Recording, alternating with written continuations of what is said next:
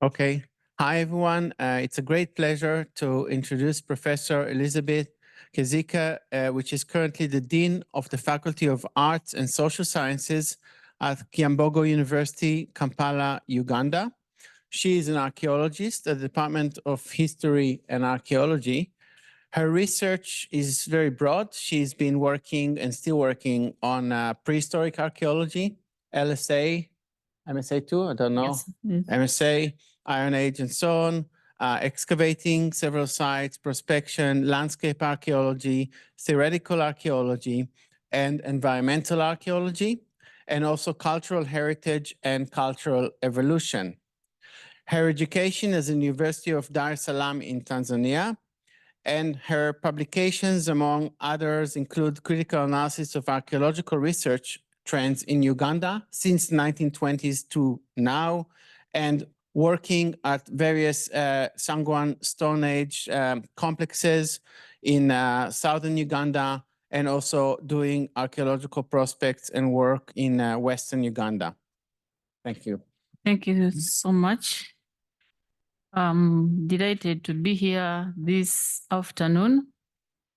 As I've already been introduced, I want to just say something small about some of the prospects of archaeology and DNA research in Uganda. I had also prepared some small bio about who I am. As already mentioned by Ron, I have my PhD, which I completed at the University of Dar es Salaam in 2013. Dar es Salaam is a city to one of the East African countries, that is Tanzania. But besides that, I have a Master of Arts in History from Makerere University. Makerere University is the premier university. Initially, it was the University of East Africa. And I also had my bachelor's at the same university, that is Makerere University. Somehow, I happened to be the first associate professor of archaeology in Uganda. As I'll later on explain, the teaching and the study of archaeology is really something which is recent in the country. I belong to the Department of History, Archaeology, and Heritage Studies at Kyambogo University. And I also been serving as the Dean, Faculty of Arts and Humanities. Initially, it was Faculty of Arts and Social Sciences since 2018. This is one of the biggest faculties, as I will later show, and my research areas have already been talked about. Uganda is one of the East African countries, which is also termed as the Pearl of Africa. This was a name given to it by Sir Winston Churchill. Uganda is a former British colony. Initially, historically, it was under the British rule. And because of that, the official language in the country is English. And yet we have a number of various ethnicities. So if you come to Uganda with English, many people really understand English because it's an official language in terms of schooling and all that. So in terms of location on the world map, Uganda is in Africa and specifically in East Africa. Besides that, in Uganda, one of the key staple foods that you cannot miss is what we term as matoke or bananas. And in Uganda, if someone said, I wanted food, you don't have to ask, what do you mean by food? In Uganda, most cases, food will mean matoke. If there's any other food, they'll mention by name. They'll say, I want potatoes, I want rice, I want sweet potatoes. But if someone says, I want food, food is the matoke that we see here. And many people really take it. Uganda being one of the British colonies, it has a lot of ethnic groups, but in most cases, many people understand one of the major languages, that is Luganda. That does not mean that Luganda is the national language. It is just one of the ethnic groups in Uganda, and many people, if like in a taxi, you want to travel, most people use Luganda. But however, it is not declared as the official language. So we mainly use English, as I noted, and Kiswahili, which is also a common language in East Africa. Some Ugandans really understand and can use Kiswahili, though somehow there's a kind of coldness toward Kiswahili because of the political history of the country. Kiswahili was used so much during the wars. It was used at times for the bad intentions, especially by the soldiers. So in Uganda, if someone used Kiswahili also, somehow some people get scared. They always associate it with the soldiers, with the atrocities in the 1970s, but somehow it is picking up. As I said, I come from Kyambogo University. Kyambogo University is one of the public universities in the country. I would really maybe say boast and say it is apparently maybe the biggest in terms of the student numbers right now in the country. But it was established by an act of parliament and started around, it has a long history from the 1920s, but in the 1920s, it was an amalgamation of different institutions where we had the Institute of Teacher Education, or ITEC, specifically for teaching. We had the Uganda Polytechnic Kyambogo, which is specifically for engineering, and the Uganda National Special Needs, which is mainly for issues to do with disability. And because of that, that also explains the kind of schools and faculties that we have. So in 2003, these were all merged to form a university, which we call Kyambogo University. But previously, they were independent institutes, as I've already mentioned. So in 2003, when it becomes a university, through that kind of transformation, we find that it is mainly mandated to train teachers. So we mainly train teachers, especially secondary school teachers, but we are also mandated to manage all the teacher training institutions in the country, from the early childhood education up to the upper levels, and also in the area of engineering and special needs. I think the university has one of the faculties of special needs in the whole of East Africa, where you can find issues to do with sign language and all that. And in our classes, we usually have students of this nature. There's a lot of inclusivity without discrimination of students of special needs. We also have staff and all that. So generally, this shows what happens or what we have in terms of the different faculties and institutes and schools that we have at Kyambogo University, as listed here. For more information, if you check on our website at www.kyu.ac.ug, you're going to find more information concerning these different schools and faculties. I'll specifically talk about my own faculty, which I come from. In Uganda, like in many other British colonies, archaeology is found in the faculties of arts. I know that I've gone to West Africa, like the University of Ibadan, archaeology is in the faculty of science. But for us here, this is also something maybe that has to do with the history. We are in the faculty of arts and humanities. And in this faculty, we have 6 departments, which I've listed. The first one is my own department, which is history, archaeology, and heritage studies. This is one of the oldest departments also within the faculty. And this is where we have the Bachelor of Archaeology and Heritage Management. This is a very new bachelor's program. The first cohort of students is just going to graduate in December. So previously, we did not have a course in archaeology in the whole country. This is the first course we have within the country, and I'm happy to note that I've seen some of my students online who are from this program. We also have the sister program, which is the Bachelor of Cultural Heritage Studies. Other than that, within the faculty, we have religious studies and philosophy with different programs that I've listed on the other side, literature and film, language and communication. And I specifically mentioned some of the foreign languages we have there, English, French, and Arabic, but we also have the local languages, Kiswahili, Luganda, and Lunyaktara, and many others. we have the Department of Performing Arts, where we mainly have music, dance, and drama. Still, it also builds into our heritage program. And then the Department of Geography. Those are the 6 departments in the Faculty of Arts, where I'm the dean. Taking you back to our main topic, which is archaeology in Uganda. Archaeology has a longer history than, especially in terms of research, longer than the teaching of archaeology as a discipline within the university. In the 1920s, to be specific, in 1919, James Wayland came to Uganda, and by then he was given the position of leading the Uganda Geological Survey Department. So archaeology comes into Uganda through geology. Having been the director of the Geological Survey Department, there were a lot of findings, which I may term as chance findings, that eventually were interpreted to be archaeological materials that were identified by Wayland and his group. So because of that, many sites in Uganda, like in Songezi,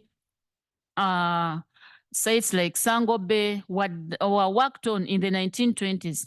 A lot of research took place at that time, but it was mainly done by people who are not Ugandans. If Ugandans came in, there will be maybe like at the level of assistance and so on. So in the 1920s, it is mainly people, especially from USA, from Britain or United Kingdom, that carried out research in Uganda. A few cases from Australia also came in Uganda to do some archaeological research. From there, in the 1960s and 70s, we have some political turmoil in the country. And so not much research has been or was carried out in that period of the 1960s and the 1970s because of the insecurity that was in the country. Many of the archaeologists had to, I think, leave the country. People like Posnansky, who is really right now elderly in the US, was there. Those are some of the prominent researchers. People like Peter Robert Shaw did a lot of research. And in the 1970s, there was also the Iron Age project, which was under the British Institute in Eastern Africa, also carried out research. So if you check, you're going to find that most of the archaeological work in Uganda has centered mainly on the Iron Age, mainly because at that time, the British Institute supported researchers to come and do research in Uganda. Besides that, some of them have done some early Stone Age research. And in the early Stone Age, we have really the assemblage can be traced from the early Stone Age at various sites like Magosi. We have Middle Stone Age and LSA. We also have what we are terming as intermediate industries that actually are picking up their names. If I maybe take you slowly back to the early Stone Age. The early Stone Age within the country is divided into 2. We have what we term as the Old One that picks up its name from the type site in Old Vai Gorge, which is in Tanzania. So we have assemblages that belong to that period. Other than the Old One, definitely we have the Acheulean industry, but in between there, we have what we term as the intermediate industries. And one of them is the Sangoan that actually is named after the type site, the site which we term as Sangobe, found in the southern part of Uganda, gives us the name of the Sangoan, which we actually see used in many other parts of the country or even the world. And that makes Uganda a little unique in terms of archaeology, that we have some archaeological terminologies that are derived in Uganda because maybe the first materials in that category were identified in Uganda, like the Sangwan, like later on I'm going to talk the Kanshole, and this is one of the assemblages that I've worked on, even for my PhD. So other than the intermediate industry, when you go to the Middle Stone Age, still we have evidence of this at different sites within the country. And then the Later Stone Age. I'll specifically speak about the Later Stone Age and Kanshole. If you look at our assemblage of the Later Stone Age or Neolithic, we find that we have the Kanshole is a name derived from a type site which is found within the river Kagera. River Kagera, it joins Uganda and Rwanda and Tanzania. So this is a river which is in between there. And within this river is an island. And on this island, we find this material, which is classified as Kanshole. Somehow we find the same name Kanshole, which is derived from Uganda, is used in Tanzania. If you go as far as Sudan, Egypt, we still see the same assemblage. So this was actually the subject of my PhD research, looking at the cultural interactions, trying to understand how comes we have similar kind of material in terms of the ceramics, in terms of the lithics, within this whole, what I term as the Upper Nile catchment area, all the way from Uganda up to Egypt. And within this area, sometimes they change the names, but it is still termed as Kanshole pottery, which also gives or makes Uganda to have a significant position in as far as archaeology is concerned, because we have some archaeological terminologies that are derived from within the country. And of course, we have the Iron Age. Our early Iron Age assemblage is mainly termed as Urewe because we have pottery belonging to that kind of Urewe with mainly the dimple bases, the decorations that are characterized by cross-hatching with incisions. Yesterday, I was lucky to go to the Natural Museum and I saw from the archaeological collections, especially the pottery, that some of them, they have more or less the same kind of decorations that we have. Then the Middle Iron Age, this is, we term it as the Chobi ware.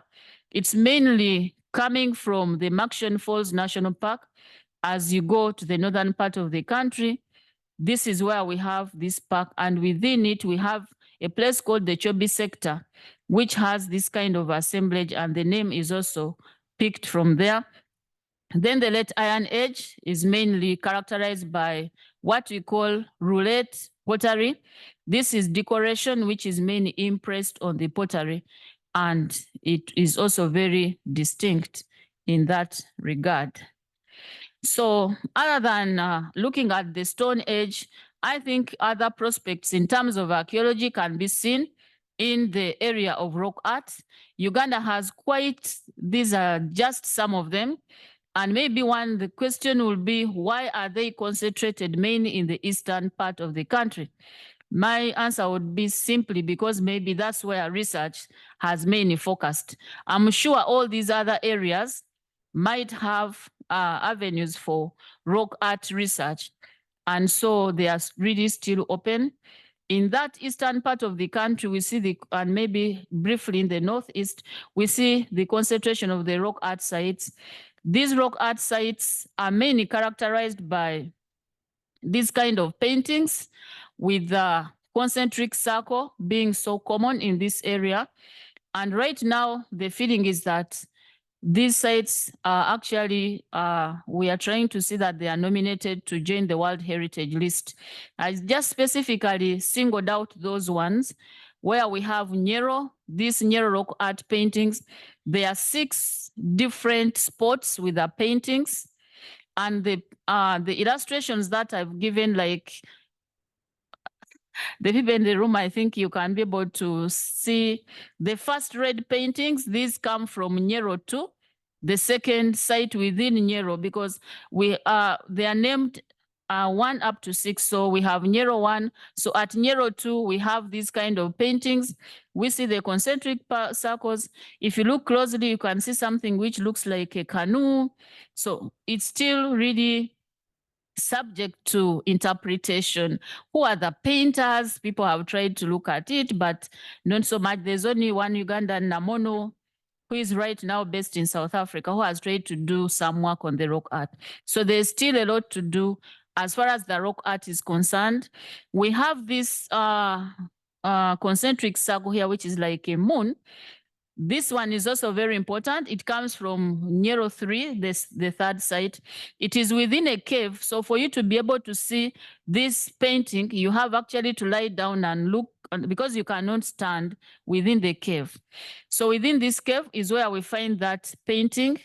It is used as a symbol for the Uganda National Museum.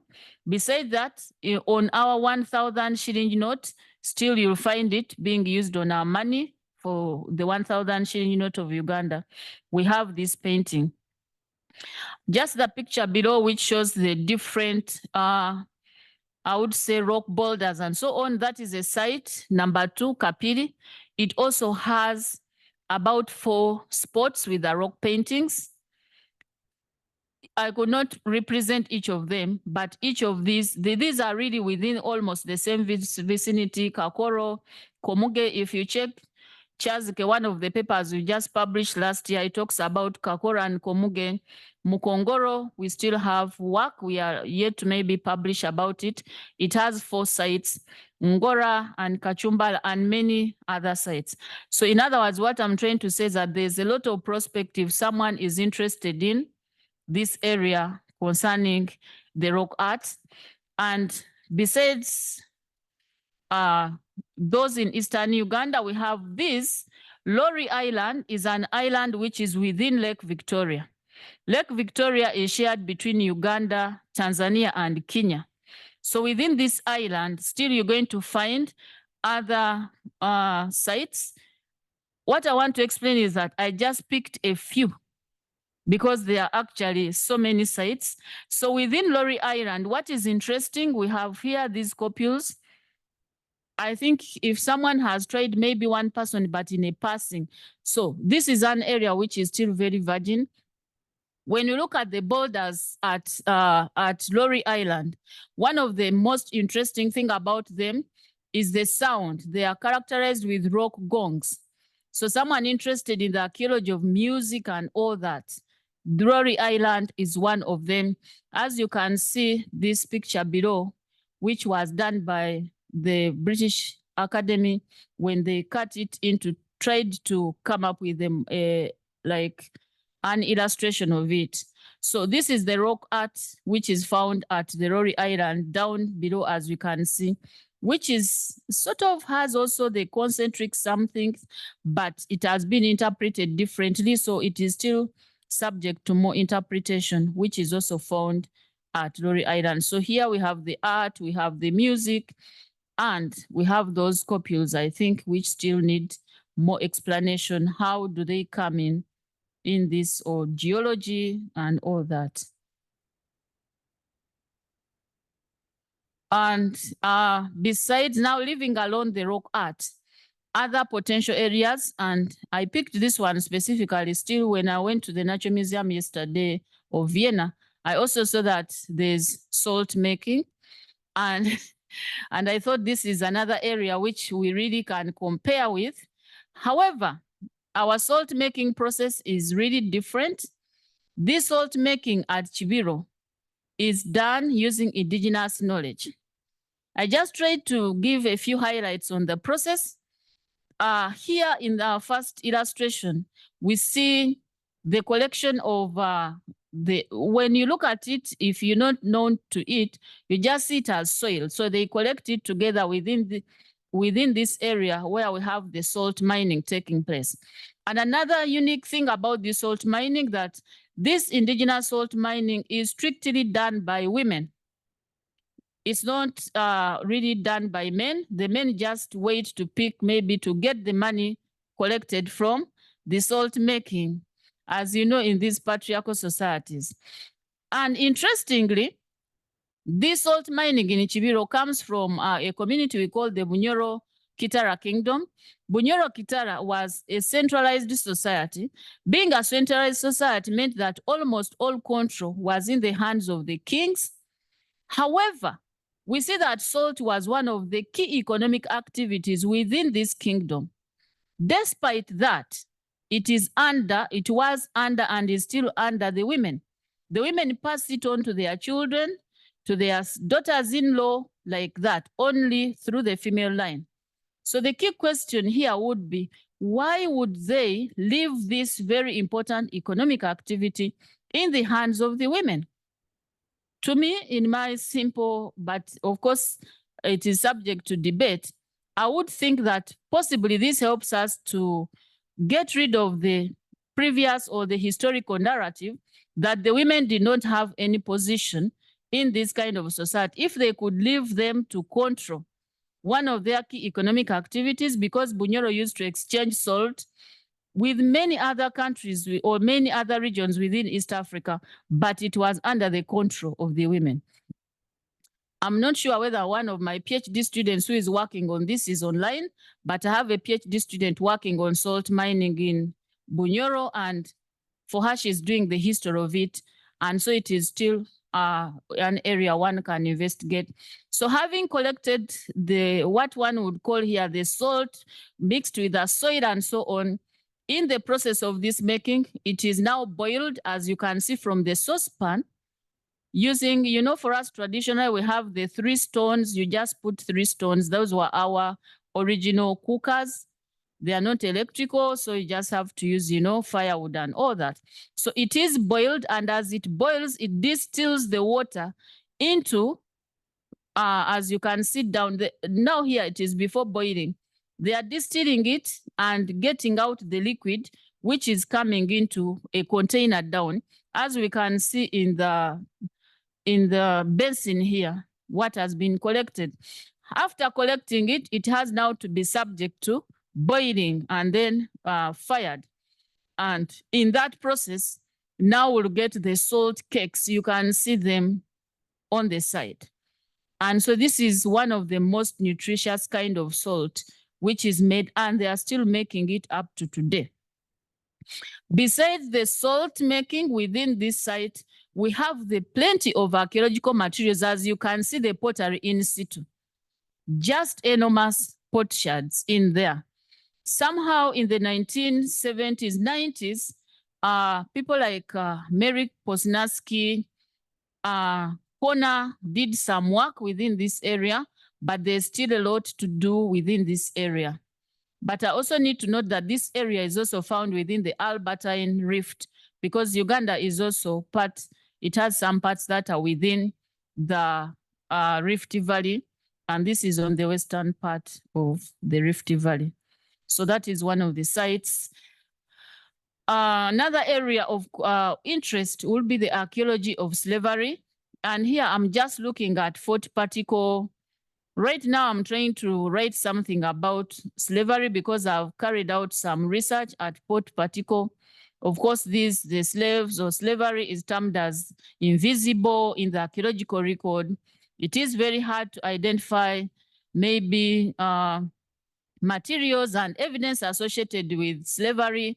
That is what is so much common in the literature. But Uganda has quite a number of these sites that are associated with slave trade. And just one representation that we have used here is the Fort Particle. It is Fort Particle, but it is commonly known as Sir Samuel Baker site. Why Sir Samuel Baker? Sir Samuel Baker was one of the governors in the Equatorial Province that included areas or that ran as far as Sudan or even Egypt. So as one of the governors in this area, as the British were trying to come up with the stopping of slave trade, he comes in here and establishes a fort which was supposed to be used to stop slave trade. But the same fort or the same site was used by the Arabs in the slave trade itself. So it is a site which maybe represents 2 layers of history, 2 different histories: the history of slave trade itself, but also the history of stopping the slave trade. Other than that, we also need to note that slavery was not something new like it is in many parts of the world. Even within our societies, I personally come from Buganda or Baganda, one of the biggest ethnic groups. But within the Buganda system, we find that when you look at the hierarchy of the people within this system, we also had the slaves who are termed as the Badu. So this was something which we also have we had indigenous slavery, and of course this other one which is promoted by the Arabs, and later on the British come in to stop it. From the narratives I'm getting, the local Africans are saying we are the ones who stopped it. So it is still debatable who stopped slave trade and when and why. So when you come to Fort Particle, that was the recent drone picture we took in 2022 showing how the site looks like. But previously, the site had these, of course, there's a sim store, there's an ammunition store, a sorghum store. There's a lot. There's a slab, which is said this is where they used to maybe kill some or execution slab where some of the slaves who are not fit would be executed. And there's also an area which was strictly for women. There's one which is strictly for men. So meaning that the slaves were not kept in the same area at the time and so on. So this is another area which I think is an area we can look at. But other than the one at Patiko, we still have so many other forts in the country, like Fort Thurston or Luba Fort, which is in the eastern part of the country as you cross the River Nile. And then we have Fort Lugard, which is really within Kampala, and then Dufili, which is also in the northern part of the country. Many of these forts were constructed during the British regime or British rule in the country as ways of ensuring that they maintain security and control within the country. So that is an area worth noting. Specifically on the Iron Age, I just tried to show that we really still have a lot to do, much as most of the emphasis was so much in the 1970s on the Iron Age, but there's still potential. In 2023, in our field school, we took some students and we excavated at Mukongoro Rock Art Site. And what you can see just in the first picture, and the lady standing there, I'm sure Olivia knows, this is our commissioner for museums. So one day she had paid us a visit, but we can see the plenty of iron slag from this side. It's like you really a manufacturing site. So we still have potential on iron working. And I know that one of my PhD students is online, Fatuma, who is working on iron age or iron working, iron production in the eastern part of the country. Much of the research in as far as iron production is concerned has been so much in the West. So this is in the eastern part of the country. And maybe these are actually the very first researches that have taken place, the one of Fatuma and this one at Mukongoro, because previously most of the work was in the West. I was also trying to show that this is actually continuing, people are continuing to smith, but now making products from the existing materials, as we can see from this illustration. And there's a lot that can be explained, and we see some of the products made out of this process of smithing. And now this takes us to the architecture structures or architecture. I think we still have also a lot of potential in as far as architecture is concerned. I chose the Kasubi tombs. This hut we see here is the Kasubi tombs. It is the only cultural heritage site on the World Heritage List for Uganda. And so that makes it really important for the country. And what puts it on the World Heritage List? Because of the architecture structure, because of the architecture, the way they are using the reeds and putting it together. It is a site that previously has been on the list of heritage sites in danger. It just moved out of it because it is thatched with grass, and so it has been challenged by fires.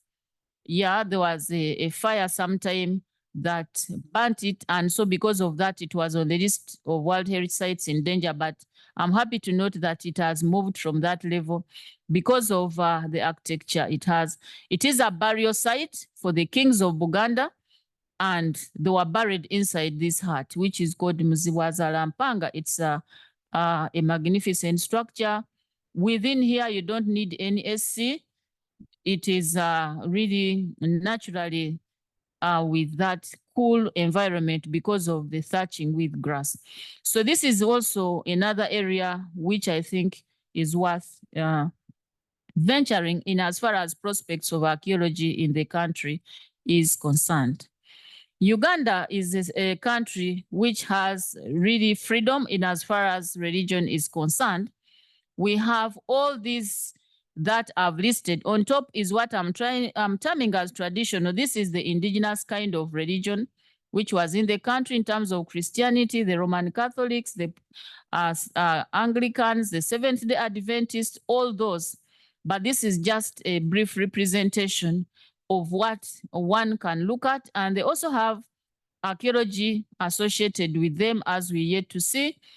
This first church up there, the Uganda Martyrs Shrine, has a long history.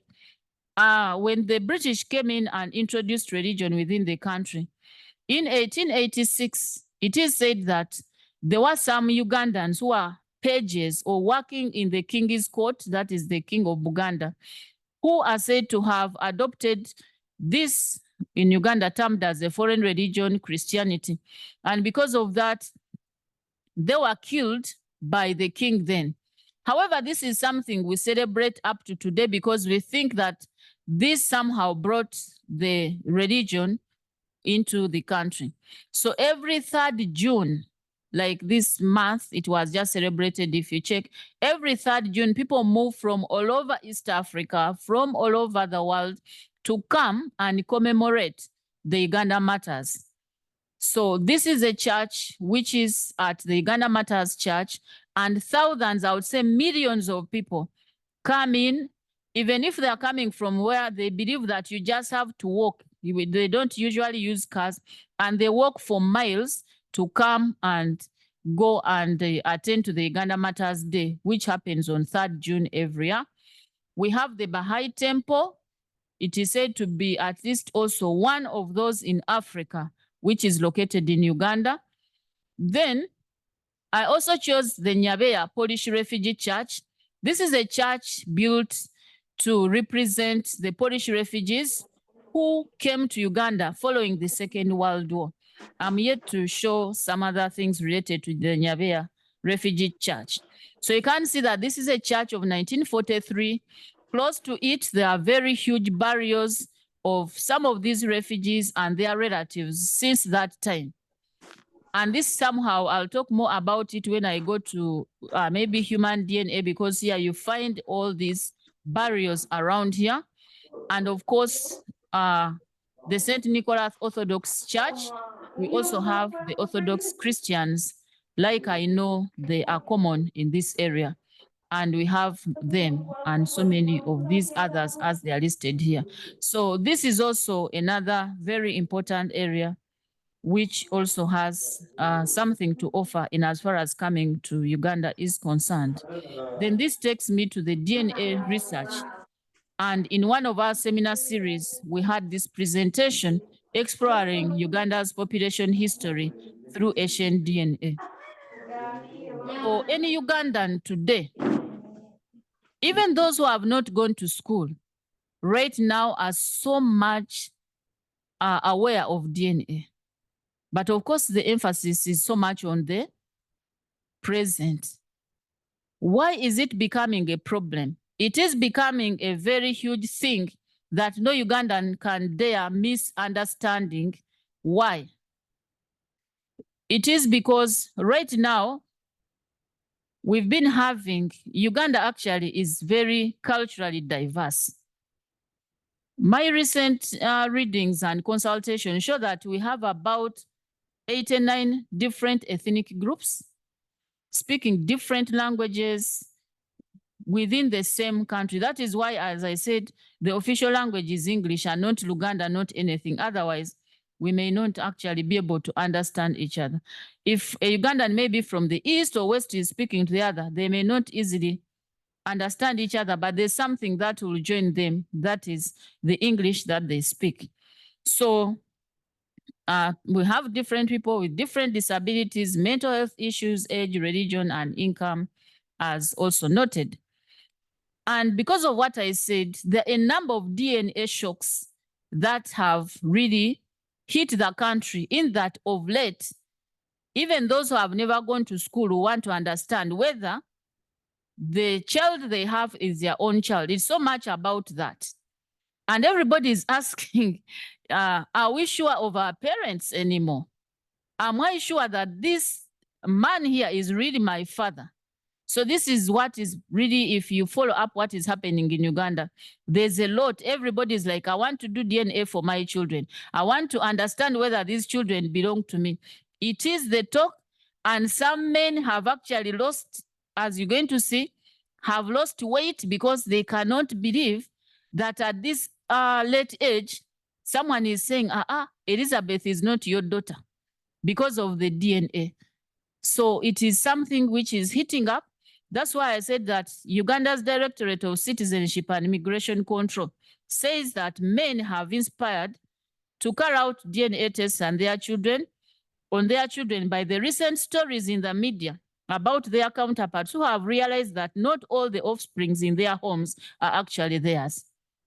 It's very common. They say, out of the 9 children in that home, 4 are not for that man, or 3. And many people, this is really, really worrying. As we can see, at least 32 men in Uganda have written to this directorate demanding the cancellation of children passports. So, this one I was taking to Austria, but now I've realized this is not my son. Because there's a thinking that if you take them abroad, that is prestigious. So if they are not your children, then they must stay at home because maybe they go to where they belong. And this has happened, and very nasty stories, as you can see. Do we actually know our parents? Before DNA, you see the man was very energetic. After DNA, he has actually lost all the weight. So this is what is really happening. I can explain the text there, which is in Luganda. This gentleman here called Ibrahim Musisi took his son to be tested for DNA. And because of that, because of the stress, and just really the information that this son did not belong to him, he became, as you can see, miserable with a lot of stress. And this makes DNA the thing to do in Uganda right now, to make people aware, to make people understand, other than the current or the contemporary studies on DNA. I think we also need to trace the roots and look at ancient DNA, because it is also very important as it informs us. And some of the potential sites, like I already mentioned, if you look at the burial here in Nyabyeya, which is a Second World War site, you find that there's a lot.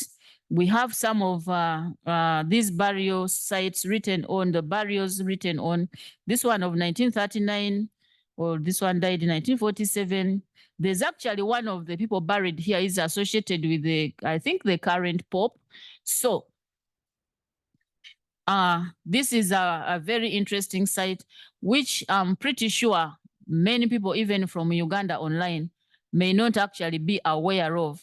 It is found in Bunyoro with all these barriers, and that's where the Polish church is. It is stated that these were supposed to have been Polish refugees, and it has been maintained in this state up to today. This is really a very recent picture I took in 2021 myself. So these Second World War burials, I would assume that somehow they could also be able to inform our DNA research. Of course, there are a lot of other collections that have been done in several other parts of the country. Going to the animal side, we have the cow. The cow is something that we really associate with in the country.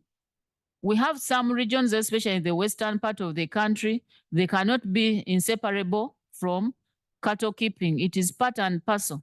And maybe it would be nice to understand these cows. They are in different structures. We have the long-horned cattle.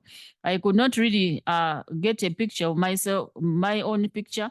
That's why I only represented the ones with the short horns.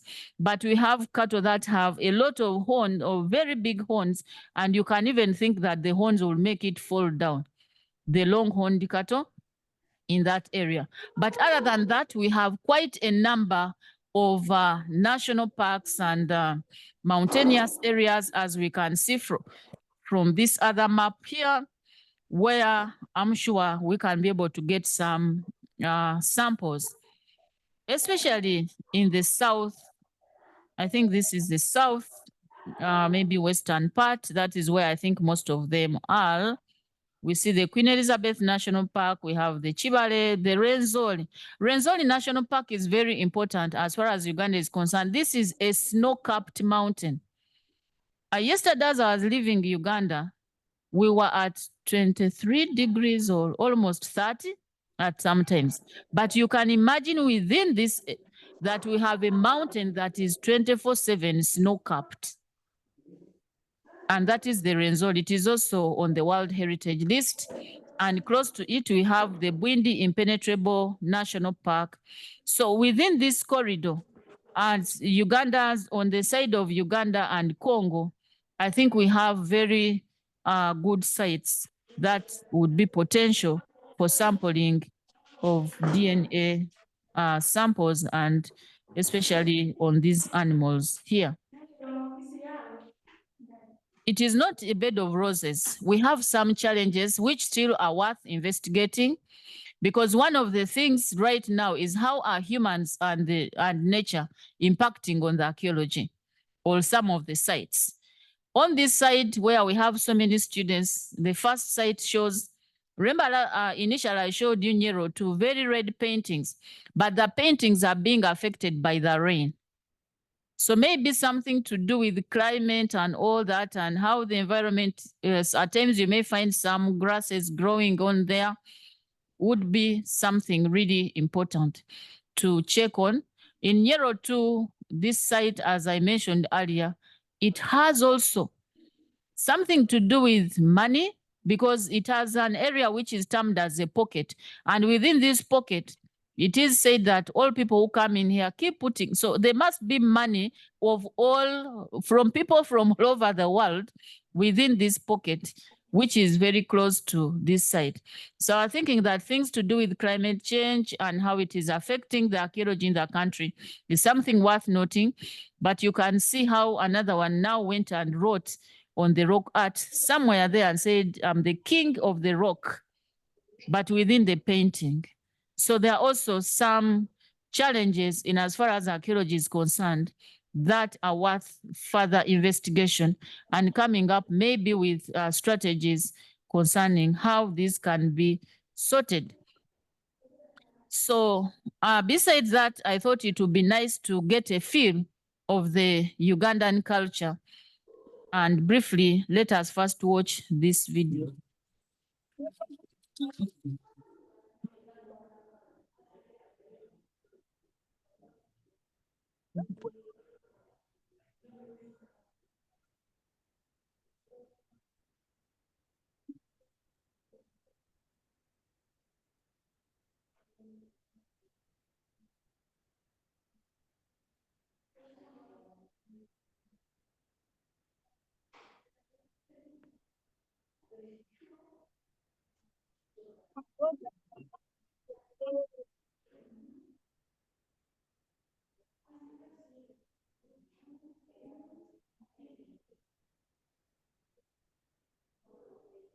Thank you.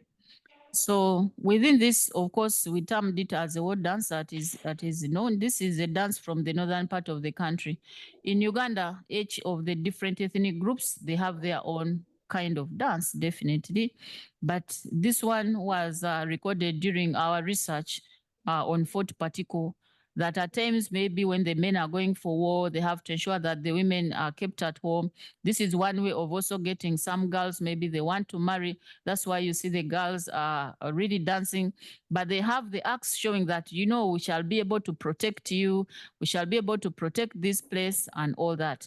And this music somehow also helps them in terms of the challenges. It's one of the ways in which they can be able to also share some bit of the history. So looking at also this is something which is worth noting as far as Uganda is concerned. And there are several forms of networking that one can think about. If one is interested, we have our departmental seminars. And through these seminars, we usually get people who come and give talks. You don't need to come physically. The talks can be online and all that. And I've shared the contact of our seminar coordinator, Dr. Deo Kanamwanji. And so these seminars are usually available at least once in a month. Each of anybody who wants can always share an abstract to present. We have a number of field schools, like here we had our first field school with archaeology students, and through this we can still network. People can also be able to come in as lecturers, visiting professors, and building capacity. What do I mean, especially in building capacity? Uganda as a country, much as we had research starting in the 1920s, but the teaching of archaeology started in 2013, only yesterday, I may say. That's why I said that the first cohort of the archaeology students are just graduating. But in 2013, starting at Makerere as one of the subjects within the BAA. So a student could do maybe archaeology, anthropology, history, like that. So we are still moving towards that. We do not have yet a master's program. We are in the process of working on that. And that's why we look at capacity building as one of the key areas we are looking at, and then the student and staff exchange and many other avenues. I thought this would be one way of networking. And so there's a lot one can explore in Uganda. And that's why I said that really we need to explore the Pearl of Africa. Almost everything is possible because of the limited research that has been carried out. In Uganda currently, I would say that we are less than 10 Ugandans who are archaeologists within the country. And the other thing which I'm yet to, maybe you can help to discover, these are mainly women. Much as they say that archaeology is hard stuff, it is really for men. On the Ugandan side, it is different. Not because maybe the mentor is a woman, but it seems we have not attracted as many males in the field as the females. I want to thank you so much and welcome any comments, questions. Thank you so much for listening to me this afternoon.